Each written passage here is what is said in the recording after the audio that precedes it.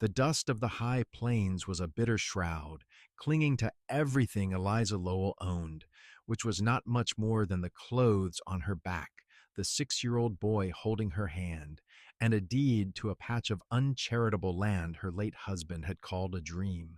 Now that dream was being foreclosed upon by a nightmare in a fine suit. Silas Croft, the man who owned the valley and everyone in it, stood on her porch, his shadow falling long and heavy across the warped boards. He was flanked by two men whose hands rested on the butts of their pistols, their faces as hard and empty as the land itself. Croft didn't want the land for its meager grazing. He wanted it because it was hers, and he believed everything and everyone eventually belonged to him. As he declared the debt due, a figure emerged from the shimmering heat haze at the edge of her property, a man built of granite and silence, a mountain man who moved with the lethal grace of a predator. He was not there by accident. He had come down from the high peaks for a reason, and that reason was about to collide with Silas Croft's greed, right here on this desperate woman's doorstep. The wind was a constant thief in this part of the territory, stealing warmth from the skin and hope from the heart. It whipped Eliza's worn calico dress against her legs as she stood her ground. Her son, Samuel, pressed closer, his small fingers a knot in the fabric of her skirt. He was all she had left of a life that had promised security and delivered only dust and debt. The terms were clear, Mistress Lowell, Silas Croft said, his voice smooth but with an undertone of iron. He removed his hat, not out of courtesy, but to better survey his new acquisition. His eyes, the color of faded denim, swept over the humble cabin, the rickety barn, and finally settled on her. It was a look of appraisal, the kind a man gives a horse he is considering buying. It made her skin crawl. My husband, he believed in this land, Eliza said, her voice steadier than she felt. He said the spring never runs dry. Croft chuckled, a dry, unpleasant sound. Your husband was a dreamer, and dreamers die poor. The note is past due. The land, the cabin, everything on it is now mine. He let his gaze linger on her again, a flicker of something possessive and ugly in their depths, including the occupants if they wish to remain under new management. The implication was as clear as it was vile. Her stomach churned. She would burn the cabin to the ground before she accepted such an arrangement. She pulled Samuel behind her, a purely instinctual gesture of protection. The two men with Croft shifted, their expressions unchanging. They were tools, nothing more. You will leave, she stated, the words tasting of ash. Give me until the end of the week. I will find a way. The week ended yesterday, Croft replied coolly. The time for finding ways is over. Now is the time for accepting reality. It was then that the man appeared. One moment, the path leading from the foothills was empty, lost in the sun's glare. The next, he was there, not 20 yards away, standing as still as the ancient pines he descended from. He was immense, well over 6 feet, with shoulders that seemed to block out the sun.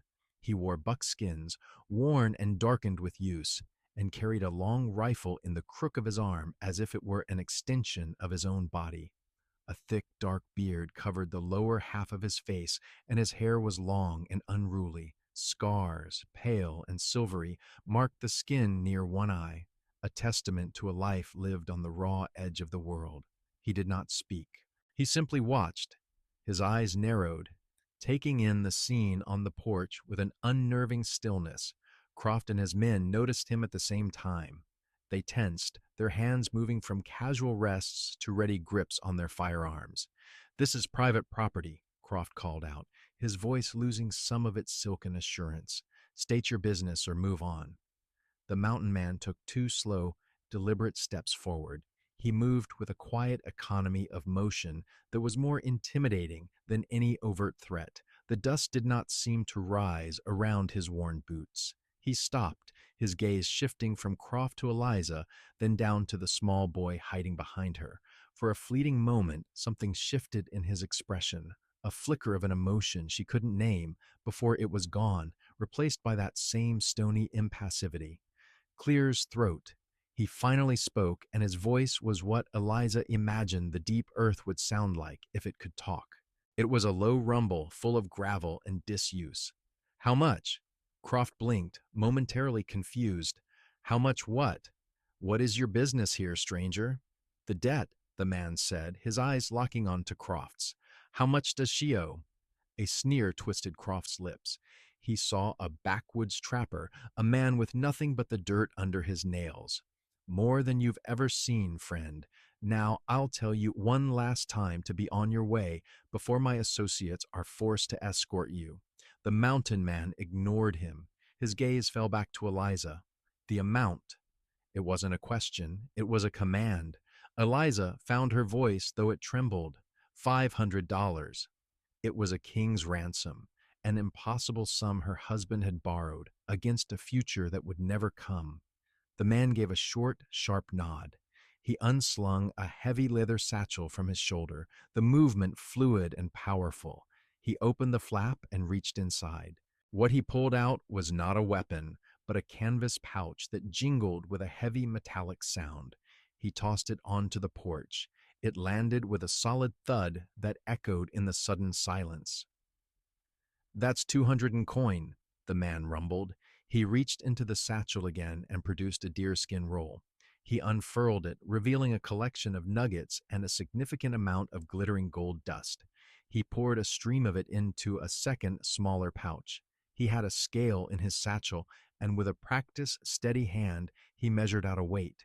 He added this pouch to the first. The rest is in gold. You'll find it's more than fair value for the remaining 300. The porch was silent, save for the incessant whisper of the wind. Croft stared at the pouches as if they were coiled snakes. His men looked from the gold to the mountain man, their simple brutality confounded by this turn of events. They understood violence, not this. Eliza couldn't breathe. She stared at the stranger, at the impossible fortune lying on her porch. Why? Who was this man? No one did such a thing for a stranger. Croft recovered first, his face darkening with rage and suspicion. Where did you get this? He hissed. The mountains are generous to some, the man said, his voice flat. The debt is paid. Give the woman the note. I don't have it on me, Croft snapped, his eyes darting around as if seeking an angle, a trick he was missing. Then you'll fetch it, the mountain man stated. He took a step closer, his sheer physical presence seeming to shrink the space on the porch. And you'll bring it back here, now. For a long moment, the two men were locked in a silent battle of wills. Croft, a man used to power derived from money and fear, was facing a man whose power seemed to come from the earth itself. He looked at the stranger's eyes and saw no fear, no hesitation. He saw only a promise of violence held in perfect, chilling check. Finally, Croft broke. With a strangled curse, he turned on his heel. You, he snarled at one of his men. Stay here, watch him. To the other he said, come with me. He stomped off the porch, his expensive boots kicking up clouds of angry dust. The remaining gunman looked deeply uncomfortable. He stood frozen, his gaze flicking between the silent mountain man and the pouches of wealth. Eliza remained behind her son, her heart hammering against her ribs. The stranger did not move. He did not look at the gold or the gunman. He just stood there, a granite statue, waiting for the terms of his strange, inexplicable bargain to be met. He had paid every dollar, and now he was waiting to collect the proof, not for himself, but for her. Eliza Lowell looked at the back of this towering man, a man whose name she didn't even know, and felt the first flicker of something other than despair she had felt in a year. It wasn't hope, not yet. It was a profound and terrifying confusion. An hour passed in near silence. The gunman shifted his weight from foot to foot, sweating under the high sun. Eliza had taken Samuel inside, settling him at the small kitchen table with a piece of cornbread, but she herself stood just inside the doorway. Watching, the mountain man hadn't moved a muscle. He simply stood, his rifle held loosely, his gaze fixed on the road. He was a creature of immense patience, like a wolf waiting outside a den. When Croft returned, he was alone, riding his fine black horse hard. He reined it in sharply, dismounting with a jerk. He marched onto the porch, his face a mask of thunder. He threw a piece of paper at the stranger's feet. There, the note, stamped paid in full. The stranger bent down, a smooth, powerful motion, and picked it up. He didn't read it. He turned and held it out to Eliza. His eyes met hers, and for the first time, she saw them clearly. They were a pale, startling gray, like a winter sky over the peaks, and they held a deep, ancient weariness. She took the paper with a trembling hand, her own name, her husband's signature, the crushing sum, and across it all, the angry black stamp of Croft's office. It was real. "Now get off my land," the stranger rumbled, turning his attention back to Croft. The words were a low growl, an order that allowed no argument. "This isn't over," Croft spat, his pride stung raw. He pointed a trembling finger at Eliza. "And you've made a powerful enemy today." The mountain man took a single step forward, and Croft flinched back as if he'd been struck. "You have your gold. Your business here is done." Croft stared at him, his face contorted with impotent fury. Finally, he turned, swung himself onto his horse, and rode away without a backward glance, leaving a cloud of dust and hatred in his wake. The silence that descended was heavier than before. It was just Eliza, her son, and this giant who had just bought her freedom for reasons she could not begin to fathom. He turned his gaze from the road and looked at her, then at the cabin. "You have a loose shutter," he said, his voice devoid of any emotion, "and the wood pile is low." He then walked past her, past the pouches of his own money still sitting on the porch, and went to the woodpile. He picked up the axe, its handle worn smooth by her late husband's hands. With a grunt, he swung it, and the sharp crack of splitting wood echoed across the now quiet yard. Eliza stood in the doorway, the canceled note clutched in her hand, and watched him. He had paid her debt. He had sent her enemies away, and now he was chopping her firewood. The confusion deepened, warring with a nascent, fragile sense of safety. She didn't know his name, where he came from, or what he wanted. All she knew was that the storm named Silas Croft had passed, only to be replaced by a mountain, and she was living in its shadow. His name, she learned 2 days later, was Caleb. He offered it reluctantly, the single word sounding foreign on his tongue, as if he hadn't spoken it aloud in years. He did not offer a last name, and she did not ask for one. He had not left. After chopping a formidable pile of wood, he had retrieved his pouches of coin and gold dust, stowing them away. He then set about methodically repairing the small ranch. He fixed the loose shutter with a few well-placed nails. He rehung the barn door, which had sagged on a broken hinge for months. He walked the perimeter of her small property, his long strides eating up the ground, his eyes scanning every rock and ravine with an intensity that made her feel as though she were being watched over by a hawk. He slept in the barn. She had offered the cabin's spare cot, a gesture of strained hospitality, but he had refused with a slight shake of his head. He preferred the barn, he'd said, gesturing toward the open doors that faced the vast, dark wilderness. He needed the air, the space. He was a man unaccustomed to walls. A strange, silent routine developed between them. She would rise before dawn, light the stove, and begin her chores. When she went out to milk their lone cow, she would find Caleb already awake, often cleaning his rifle or sharpening a knife with a whetstone, the rhythmic scrape of steel on stone. A new and strangely comforting sound in the morning quiet. She would leave a tin plate of food and a mug of coffee on a crate near the barn door. He would never take it in her presence, but when she looked again later, it would be gone, the plate wiped clean. Samuel, after a day of cautious observation, decided Caleb was a figure of immense fascination. The boy would sit on the porch steps, watching the big man work. Caleb, for his part, seemed to almost ignore the child, yet Eliza noticed small things. He never turned his back on the direction of the road for long. When he was mending a piece of tack, He would position himself where he could see both the cabin door and the boy. It was a subtle, constant vigilance. One afternoon, Samuel approached him as he was patching a hole in the corral fence. The boy held up a small, crudely carved wooden bird. "My papa made it," Samuel said, his voice small. Caleb stopped his work. He looked down at the boy, then at the bird. He didn't take it, but he squatted down, bringing his massive frame closer to the child's level. It was the first time Eliza had seen him willingly shrink himself. "He was a good whittler," Caleb said, his voice softer than she'd ever heard it. "He's gone now," Samuel stated, a simple fact delivered with the unadorned finality of childhood. "Mr. Croft said he was a bad man with debts." Caleb's jaw tightened, a muscle flexing beneath his beard. His pale eyes flickered toward the cabin, meeting Eliza's where she stood watching from the window. He looked back at the boy. "Your papa built this place. That makes him a good man." "Debts don't make a man bad. What he does about them does."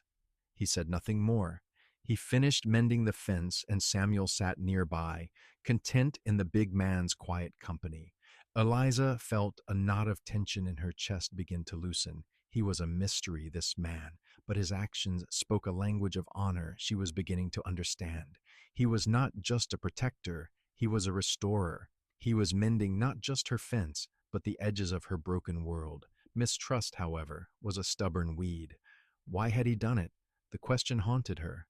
No one was that charitable, not in this hard country. People killed for the amount of gold he carried. She thought perhaps he wanted the land for himself, that this was just a slower, stranger kind of acquisition, but he made no move to claim anything. He asked for nothing, took nothing that wasn't offered, and worked from sunup to sundown, improving a place that wasn't his. A week after his arrival, a storm blew in from the north, a furious wall of black clouds and slashing rain. The temperature plummeted. The wind howled like a hungry wolf, rattling the small cabin on its foundations. Eliza brought the cow into the relative shelter of the barn and found Caleb securing a loose piece of the roof. "It'll be a bad one," he stated, not looking at her, his focus on the task. "You can't stay out here," she said, shouting over the rising wind. "The roof leaks. You'll freeze." He finished hammering the board into place and finally turned to her. Rain plastered his dark hair to his forehead, and his buckskins were soaked through. He looked like an elemental spirit of the storm itself. "I've slept in worse." "That doesn't mean you should," she insisted, a surprising fierceness in her own voice. "Samuel and we'd be grateful for the company, for the protection." It was the first time she had admitted her fear aloud, her need for him. He studied her face for a long moment, his gray eyes unreadable in the gloom. He gave a single, curt nod. That night the storm raged. Inside the small cabin, the world was reduced to the warm glow of the lantern and the sound of the wind and rain. Samuel slept soundly on his cot, oblivious. Eliza sat at the table, mending a tear in his shirt. Caleb sat in the chair by the door, his long rifle resting against the wall beside him. He wasn't sleeping. He was watching the fire in the hearth, his expression distant and shadowed. The silence between them was not empty. It was filled with unspoken questions, with the shared vulnerability of being sheltered together against a wild and hostile world. "Why did you do it?" she asked, her voice barely a whisper. The question had to be asked. "The money. No one does that." He was silent for so long she thought he wouldn't answer. He shifted in his chair, the wood groaning under his weight. He stared into the flames, his scarred face illuminated by the flickering light. Snorts. "I was passing through," he began, his voice a low murmur. "Heard the man, Croft. Heard the way he spoke to you. Saw the boy." He paused, seeming to search for words that did not come easily to him. "I've seen men like him before. Men who think their money gives them the right to own people. They take and they take until there's nothing left." He turned his head and looked at her, his gaze direct and heavy. "My family. A long time ago. We had a farm. A man like Croft wanted the water on it. He used the law, used debt, used threats. My father wouldn't break. So the man sent riders. He stopped, his throat working. The firelight caught the silver of the scars by his eye. I was young. I was the only one who survived. I ran to the mountains, lived there ever since. The confession hung in the air between them, raw and painful. It was a piece of his own broken past, offered up in the storm tossed quiet of her cabin. It was not a full explanation, but it was a reason. He wasn't a savior or a saint. He was a man who had seen the same story play out before, with a different ending. He was rewriting his own history by changing hers. The gold, he continued, his voice rough with emotion. I spent 20 years pulling it from creeks and veins where no other man would go. I never knew what it was for. It was just a weight in my bag. He looked around the small, warm cabin, at her, at the sleeping boy. Maybe it was for this. Eliza set down her sewing, her hands trembling slightly. She saw him then, not as a mountain, but as a man haunted by ghosts who had found a way to fight them here in her world. It was an act of justice, a blow struck against the memory of the man who had destroyed his life. I'm sorry, she whispered, for the inadequacy of the words, for the shared pain of a world that held men like Silas Croft. He just nodded, accepting her sympathy as he accepted everything, with a quiet, stoic gravity. He turned his gaze back to the fire. The shared vulnerability had forged something new in the room. It was not trust, not yet, but it was the foundation upon which trust could be built. Outside, the storm howled, but inside the small cabin, a fragile peace had taken root. The storm broke at dawn, leaving a world washed clean and smelling of wet earth and pine. The peace, however, was short-lived. In the days that followed, Eliza began to understand the depth of Silas Croft's malice. He couldn't seize her land through legal means anymore, so he began to squeeze her in other ways. When she rode the wagon into the small town of Redemption for supplies, she was met with cold shoulders and averted eyes. Mr. Henderson, the mercantile owner who had always been kind, suddenly found he was short on flour and had no salt pork to spare, despite the barrels she could see plain as day. Her credit, once good, was now worthless. The whispers followed her down the dusty main street, the townspeople looking at her with a mixture of pity and fear. They were Croft's people, living in Croft's town, and they knew better than to cross him. She returned to the ranch with meager supplies and a heavy heart. Caleb was waiting, having seen the half-empty wagon. He didn't need to ask what had happened. He looked at her face, then at the town shimmering in the distance, his expression hardening into granite. "We don't need them," he said.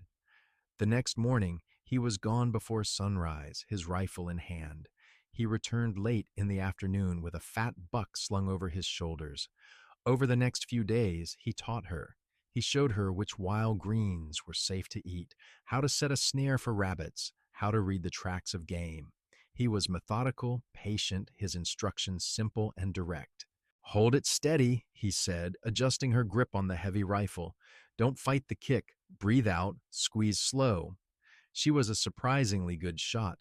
The first time she hit the tin can, he'd set on a fence post. A rare, faint smile touched the corners of his mouth. It was a fleeting thing, but it changed his entire face, softening the hard lines for just a moment. She was not just a woman to be protected. She was becoming a partner in their survival. One evening, while sorting through her late husband's few remaining possessions, a small box of letters and papers she hadn't had the heart to touch, her fingers brushed against a false bottom. Her breath caught. Prying it open, she found a small, leather-bound ledger. Her husband, Robert, had been a meticulous man. Inside, in his neat, precise hand, were records of payments, not just for the loan, but smaller, regular payments to Silas Croft, marked with cryptic notes, for silence, to keep the survey quiet. The last few pages told the whole ugly story. Robert had discovered that the dry spring on their property was not dry at all. It was the source of a significant underground aquifer, one that could water the entire valley if properly tapped. He had confided in Croft, hoping for a partnership. Instead, Croft had seen an opportunity. He began blackmailing Robert, bleeding him dry while secretly buying up the surrounding parcels of land. The final entry was chilling, dated the day before Robert's riding accident. It read, "Croft knows I can't pay anymore. He said he would own this spring, one way or another. I fear he means to have it all." The ledger felt cold in her hands. Robert hadn't been a failed dreamer. He had been a man trapped, extorted, and very likely murdered. His death was no accident. This wasn't about a debt. It was about water, which was life and power in this land. It was about cold-blooded murder. She took the ledger out to the barn where Caleb was oiling his rifle by lantern light. She didn't speak, just handed it to him. He read through it, his face unmoving, but a dangerous light grew in his pale eyes. When he finished, he closed the book gently. "This changes things," he said, his voice a low, deadly rumble. "He killed him," she whispered, the reality of it settling over her like a shroud. "He murdered my husband for this land." "Yes," Caleb said. He looked at her, his expression grim but resolute. "And now he'll come for it. For the ledger. He won't let this rest." Their fight had transformed. It was no longer a defensive struggle for a home. It was a battle for justice. They were not just protector and protected anymore. They were allies, bound by a shared purpose, to ensure that Silas Croft would not win. He had taken her husband. He would not take her son, her home, or her life. "What do we do?" she asked, her fear now sharpened into a hard, angry edge. Caleb stood up, his full height seeming to fill the barn. "We prepare for a war," he said. "He'll send his men. He won't come himself, not at first. He's a coward. He'll send his dogs to do his dirty work." He looked from the rifle in his hands to her. "And this time, we'll be ready for them." The attack came 3 nights later, under the sliver of a new moon. The darkness was absolute, a thick, smothering blanket that swallowed the landscape. A storm was brewing in the distance, the air heavy and charged. Caleb had been expecting it. He'd spent the last 2 days fortifying the small cabin, reinforcing the door, barring the windows in a way that still allowed a field of fire. "They'll use the dark," he'd told her, his voice calm and steady as he showed her how to load the spare rifle. "They'll try to get close, maybe try to set a fire to the barn to draw us out." Now, they waited inside the cabin. Samuel was asleep in the back room, a small alcove that had no windows, the safest place for him. Eliza's heart hammered a frantic rhythm against her ribs, but her hands were steady on the stock of the rifle. The fear was a cold knot in her stomach, but it was overlaid with a white, hot rage. These men were coming to finish what Croft had started, to erase her, her son, and the truth hidden in the ledger. Caleb sat near the main window, a dark, motionless silhouette against the faint starlight. He was utterly calm, his senses attuned to the night. It was a state he had likely lived in for years in the high mountains, a place of constant, quiet vigilance. "They're here," he breathed, the words barely audible. Eliza heard nothing but the rising wind. "How do you know?" "The coyotes just went silent," he replied, "and the horses are restless." He pointed. 2 men coming from the east, using the ravine for cover, another 3 from the north, near the rocks. She strained her eyes, but saw only shifting shadows. He saw an entire battlefield. He was a part of this wilderness, and it spoke to him in a language she was only just beginning to learn. "Stay away from the window," he commanded softly. "When the shooting starts, you take the north side. I'll take the east. Don't fire until they're close. Make every shot count. Aim for the center of the shadow you see." The waiting was the worst part. The seconds stretched into an eternity. Then a flicker of movement by the corral. A man, low to the ground, scurrying toward the barn with something in his hand. A torch. Caleb's rifle cracked, the sound shockingly loud in the tense quiet. A strangled cry echoed from the darkness, and the torch fell, sputtering in the dirt. The night exploded into chaos. Gunshots erupted from the rocks. Bullets thudded into the log walls of the cabin, splintering wood. Eliza scrambled to her position, her breath coming in ragged gasps. She peered through the narrow slit Caleb had made. She saw them now, dark shapes moving between the rocks, flashes of orange from their gun barrels. She lifted her rifle, the one Caleb had taught her to use. She remembered his words: breathe out, squeeze slow.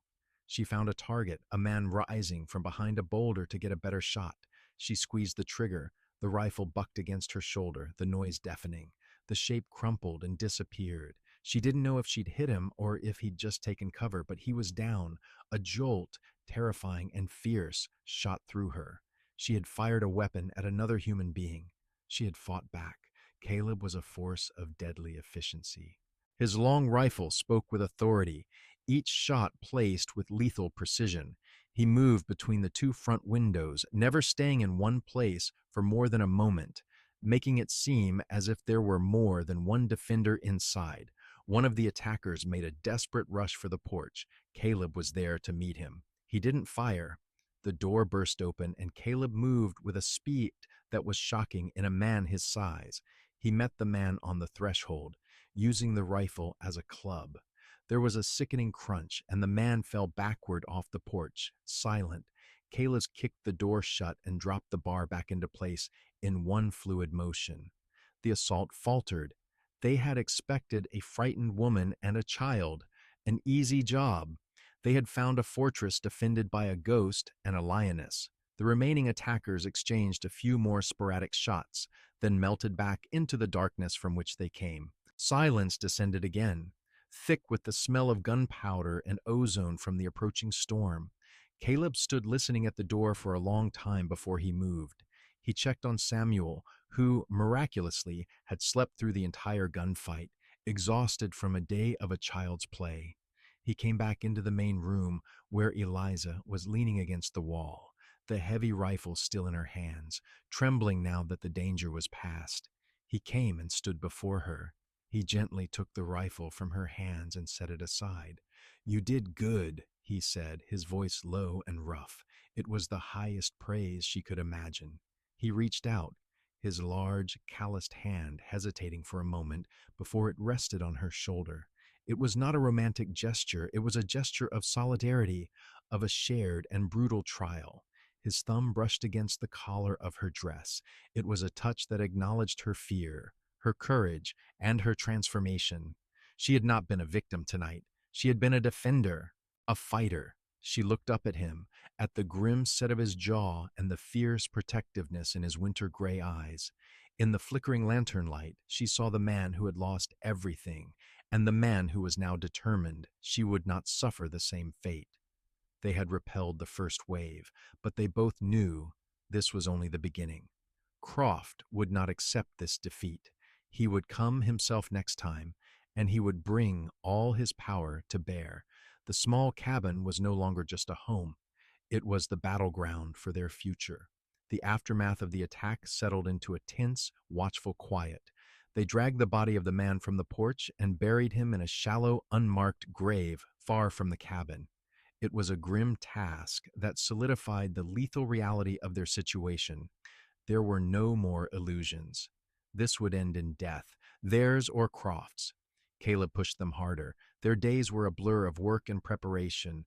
He taught her to reload the rifle quickly, to track, to distinguish the sound of a man's step from a deer's. He was shaping her resilience into a weapon. She, in turn, cared for the domestic fortress, ensuring they had food, clean water, and bandages at the ready. A deep, unspoken partnership had been forged in the crucible of that violent night. One afternoon, as she watched Caleb reinforce the corral, Samuel came and sat beside her on the porch steps. "Is Caleb going to be my new papa?" he asked with the innocent and brutal directness of a child. Eliza's breath caught in her throat. She looked at the boy's earnest face, then at the massive man working under the sun, his powerful back a shield against the world. The thought was both terrifying and deeply comforting. "Caleb is our friend, Samuel. He's keeping us safe." "I like him," Samuel declared. "He's bigger than Mr. Croft's whole horse." It was the highest compliment the boy could conceive. Clear's throat. A small, wry smile touched Eliza's lips. The boy saw things simply. Caleb was big and safe. Croft was small and mean. Perhaps it was just that simple. The final confrontation came a week later. They saw the riders from miles away, a dark line of them cresting the ridge to the east, kicking up a plume of dust that stained the pristine blue sky. It wasn't a raid this time. It was an army. At the head of the dozen riders was Silas Croft himself, his fine black horse prancing nervously. He had been pushed too far, his pride wounded too deeply. The coward had finally been forced from his den. Get Samuel to the root cellar, Caleb ordered, his voice flat and hard. He had already checked his rifle and pistols, his movements economical and precise. Bar it from the outside. Stay in the cabin. You know what to do. Eliza's hands were cold, but she nodded. She led a frightened Samuel to the small, dark cellar beneath the cabin floorboards, giving him a piece of dried apple and the old wooden bird to hold. You be a brave soldier and stay right here until I come for you, she whispered, kissing his forehead. His small nod tore at her heart. She secured the heavy door, her hands moving with practiced efficiency. She took her position at the north window as Croft and his men reined in just outside rifle range. They were a motley collection of hired guns and ranch hands loyal to Croft's coin. Thorne! Croft's voice carried on the wind, thin and arrogant. He must have learned Caleb's name. I know you're in there. I have a warrant for your arrest, for assault and for harboring a murderess. It was a pathetic lie, a thin veneer of lawfulness for the men with him. Caleb didn't answer. He waited motionless. Send out the woman, and we might let you live, Croft shouted, his voice cracking with strain. This is your last chance. The only answer was the sudden, sharp report of Caleb's rifle. One of the riders, who had strayed too far forward, cried out and tumbled from his saddle. Panic rippled through the line of horsemen. Croft's face went pale with shock and fury. Attack! He shrieked, his voice shrill. Burn them out! I want them dead! The siege began. It was a storm of lead and noise. The riders circled the cabin, firing wildly. Eliza and Caleb answered with methodical, aimed shots. They had the advantage of cover, their log walls absorbing the bullets. Two more of Croft's men went down, their horses bolting in terror. The attackers dismounted, using the rocks and the ravine for cover, the same way their predecessors had, but Caleb had anticipated this. He had spent days sighting lanes of fire, memorizing the terrain. He directed Eliza's shots with curt commands. The tall rock to the left. Wait for him to show himself. A rider broke from cover, making a mad dash for the barn with a lit torch. It was a repeat of the last attack, a sign of their desperation. This time, it was Eliza who fired. The man stumbled, dropped the torch, and crawled back behind the rocks. Clutching his leg, she had done it again. She was defending her home, her son. The battle raged for what felt like an eternity. The air grew thick with smoke. The cabin was scarred and splintered. But it held. Croft's forces were dwindling, their initial bluster bleeding away into fear and frustration. They were paid men, not soldiers, and their will to die for Croft's greed was fading with every fallen comrade. Then Croft did something that revealed the true blackness of his soul. During a lull in the firing, as his men regrouped, he spurred his horse forward, not toward the cabin, but toward the root cellar. He had seen her take Samuel there. No, Eliza breathed, her blood running cold. Caleb saw it too. A guttural roar of pure rage erupted from his throat. He abandoned his post at the window, throwing the heavy bar off the door. Stay here, he yelled at her, and then he was gone, charging out into the open. It was a suicidal move, but he had no choice. He ran with the speed of a charging bear, his huge frame an impossible target, firing one of his pistols as he went. Croft's men, stunned by the sudden appearance of their quarry, fired wildly. A bullet tore through the flesh of Caleb's arm. Another grazed his side, but he didn't slow. Croft reached the cellar door, dismounting and drawing his own pistol. He was going to use the boy as a shield. Eliza screamed, a raw, primal sound. She raised her rifle, but Caleb was in her line of fire. She watched in horror as Croft fumbled with the bar on the cellar door. But Caleb was faster. He closed the distance in a few massive strides and crashed into Croft like a tidal wave. The two men went down in a tangle of limbs. Croft's pistol flew from his hand. He was no match for Caleb's raw, mountain-honed strength. Caleb hauled him to his feet, one massive hand clamped around Croft's throat, lifting him partially off the ground. The remaining henchmen, seeing their leader captured and helpless, lost their nerve completely. A few fired parting shots before scrambling for their horses and fleeing back the way they had come, leaving their wounded and dead behind. Caleb held the gasping, terrified Silas Croft, whose face was a mask of purple terror. All the arrogance, all the power had been stripped away, revealing the sniveling coward beneath. You'll hang for this, Croft choked out. Caleb's gray eyes were chips of ice.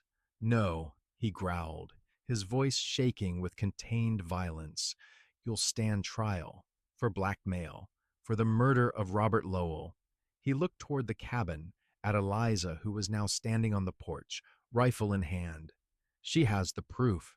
He slammed Croft against the side of the cabin, the impact knocking the last of the fight out of him. Croft slid to the ground. A whimpering, defeated man. The battle was over. The war was won. The silence that fell was profound, broken only by the whimpering of the wounded and the low moan of the wind. The yard was a wreck of shattered nerves and spent cartridges. Eliza ran to Caleb, her eyes scanning his wounds. It's nothing, he grunted, though his sleeve was soaked with blood. Just flesh. She looked from his torn arm to the defeated man on the ground, and then at the solid, scarred walls of her home. They had held. They had survived. She went to the cellar, her hands shaking as she lifted the bar. Samuel scrambled out, his eyes wide, and threw his arms around her legs. He was safe. Caleb tied Croft's hands securely, then tended to the wounded gunman Eliza had shot, fashioning a crude but effective tourniquet for his leg. There was no malice in him now, only a grim sense of finality.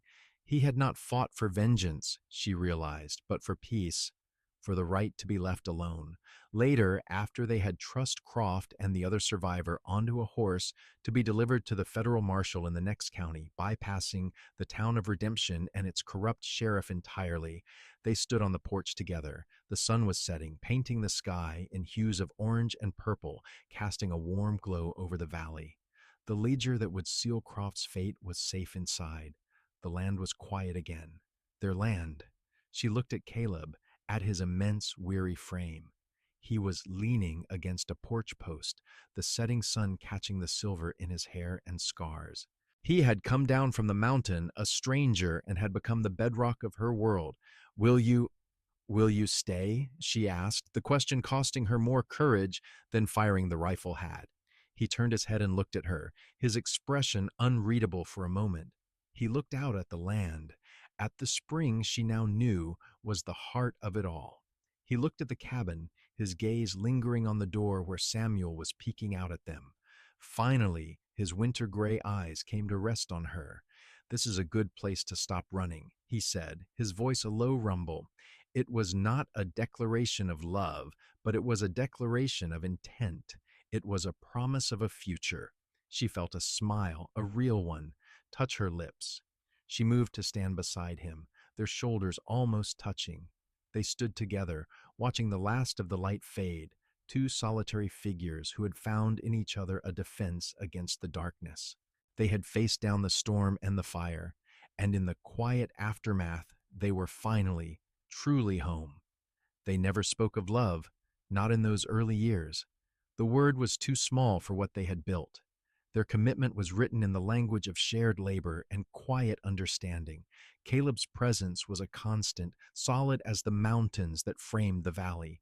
He plowed the fields, tapped the spring to irrigate a small but thriving vegetable garden, and built onto the cabin, adding rooms with sturdy, expert hands.